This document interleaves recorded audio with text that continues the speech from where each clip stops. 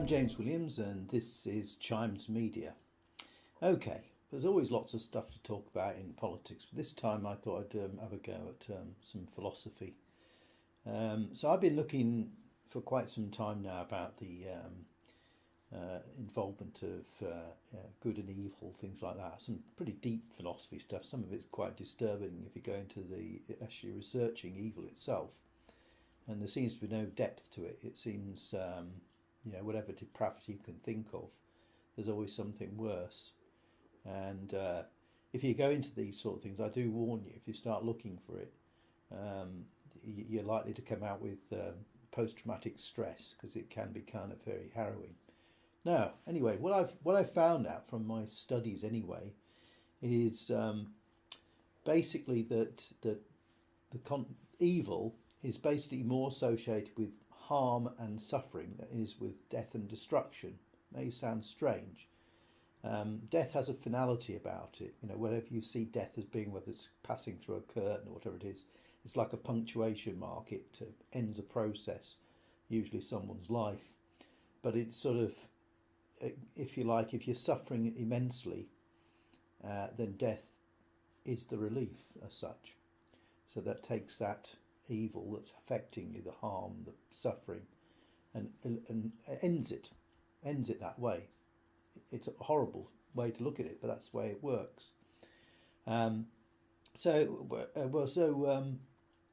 do you? We're filled with emotions, right? With all sorts of emotions. We have all sorts of anger and sorrow and things like that.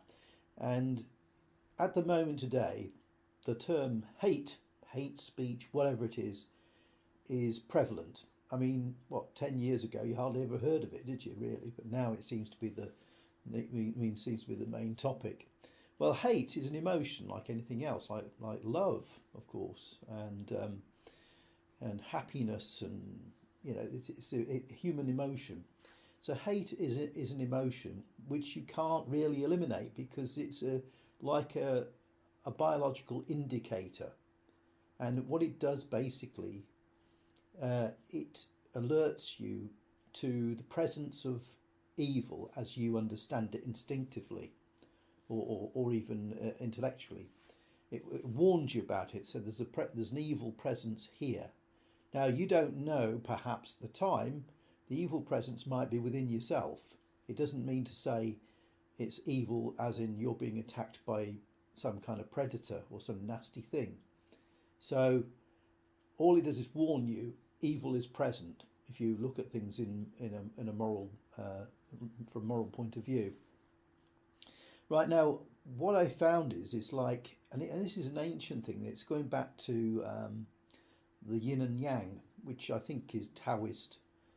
It's when you've got, basically it's a circle shape, if you like, and you've got two serpents. Sometimes they use dragons and whatever, but they're wrapped around each other, right? And let's say use the colour of one's blue and the other one's red, say. It could be black and white, it could be green and blue or any other colour. But let's say, for argument's sake, it's red and blue. And let's say you see, let's say the blue one represents good and the red represents evil. Well, what happens is they've got the colour of each other's eyes in it. So the red serpent will have a blue eye and the blue serpent will have a red eye. And it's kind of a very important concept, that is, because what it means is, let's say you're having a great time, everything's going swell for you, and you come home, you've had a great day out, you've been with your friends, you've had thrills and stuff like that.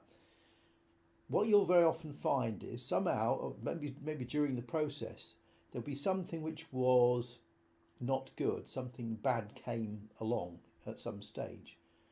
That, in a sense, represents the evil eye that came through your good event, what you were experiencing at the time.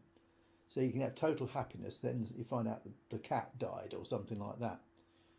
There seems to be a common denominator for things. And likewise, if you're going through some terrible trauma and all sorts of things are going badly wrong, somewhere along the line, you'll get the good eye coming through. Maybe you'll get a passerby, buy you a cup of tea or something. It could be all kinds of things. It's like a good a good element comes from it. So you're surrounding all sorts of terrible things. You've got horrible diseases and things like that, and it looks pretty grim and terminal and everything else. But somewhere amongst it, there will be something beautiful, say, or something good that comes from it. It may be you're sat there and it's like, a dog comes up to be petted, that kind of thing, and it's like it just seems to work that way. I look at good and evil as like DNA. You can't disentangle one from the other. Evil has no depth to its how bad it can get. But if you're facing evil, if you're facing terrible things, try to at least look for the good bit somewhere amongst it all to give you a crumb of comfort.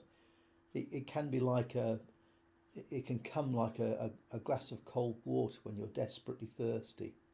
It can be like that. That's what the good eye is coming through when you're facing a malevolence that you often can't do much about. Anyway, now when it comes to religion, and religion is not necessarily always good, is it? We don't say about that. My view of God, right, is not the same as most other people's, I think. And in fact, I would be considered a blasphemous person by some of the religious dogmas. But I see, I've seen some terrible things. I've seen terrible tragedies where a child's died or a loved one's died and suffered and arrested, and people have turned around and said, well, how can there be a God when this is allowed to happen? Well, let me tell you something. What I find out is that God is neither good or evil. Good and evil is contained within God, right? Now that sounds really blasphemous to some people, heretical, but it's a moral dualism within God. That everything in the and it comes to what I came to the conclusion is, and it makes me a sort of neo-pantheist, because I actually come to the conclusion that actually the universe itself, the physical universe itself, and all its extremities are actually God. And contained within that vastness is obviously good and evil. Therefore, the good and evil is part of God.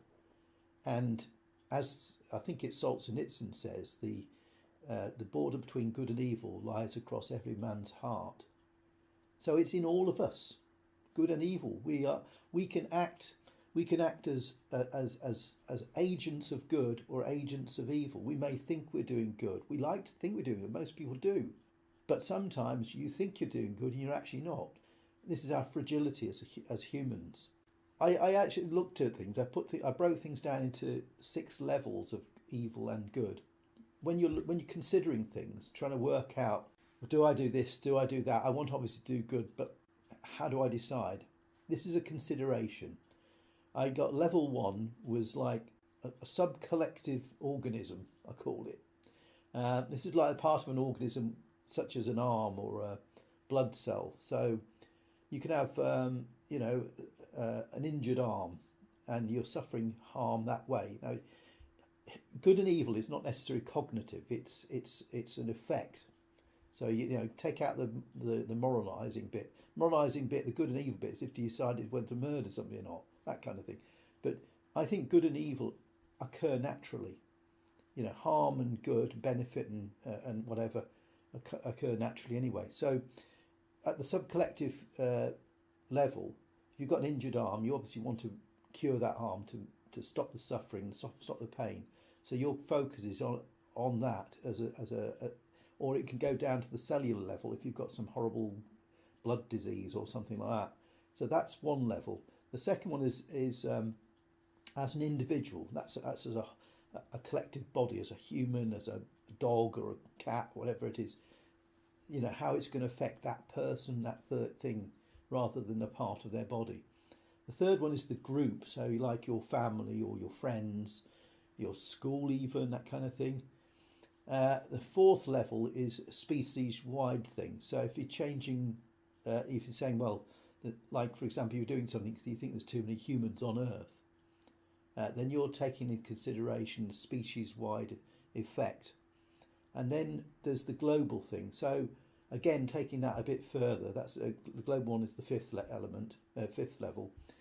So if you're looking at like, well, there's too many humans on the planet Earth. We ought to do something to reduce the number of humans. Now, from the species point of view, that might be an evil because you're thinking about doing harm to a species. But on a global level, that might be good. So it's not straightforward. This is the strand, the DNA bit, with good and evil that comes about.